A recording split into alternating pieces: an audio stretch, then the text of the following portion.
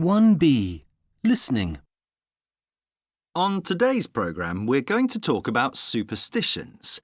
Harriet, where do superstitions come from? Well, the definition of a superstition is an irrational belief, and we have to go back hundreds of years to find an explanation of their existence. Sometimes the reason behind a superstition is even more bizarre than the superstition it tries to explain. Take the case of the black cat, for example. Most people know that it's supposed to be a sign of bad luck if a black cat walks in front of you, but they probably can't tell you why. Well, the reason is that in the Middle Ages, black cats became associated with witches, and they were said to possess evil spirits. So obviously people thought that if a black cat crossed your path, that this was not very good news at all. So the black cat superstition has been with us for a long time. Yes, but not as long as the idea that we shouldn't walk under ladders.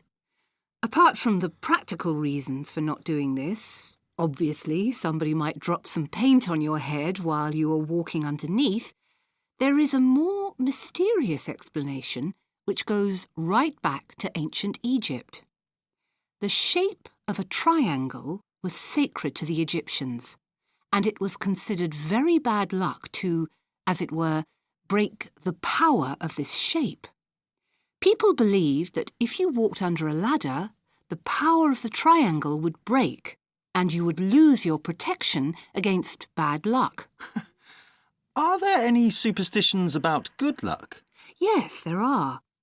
You know how people often touch wood or knock on wood when they're talking about something they hope will or won't happen in the future? Yes, in fact, I quite often do it myself.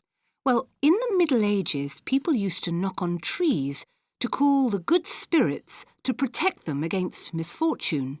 So that's where that superstition comes from. We've just got time for one more. Well, in fact, I'd say that the most common superstition concerning good luck is the habit we have of saying, "bless you," when someone sneezes. Again, this dates back to the Middle Ages when the Great Plague, which was a terrible infectious illness, was sweeping through Europe. Most people who caught the plague died, and one of the first symptoms was sneezing.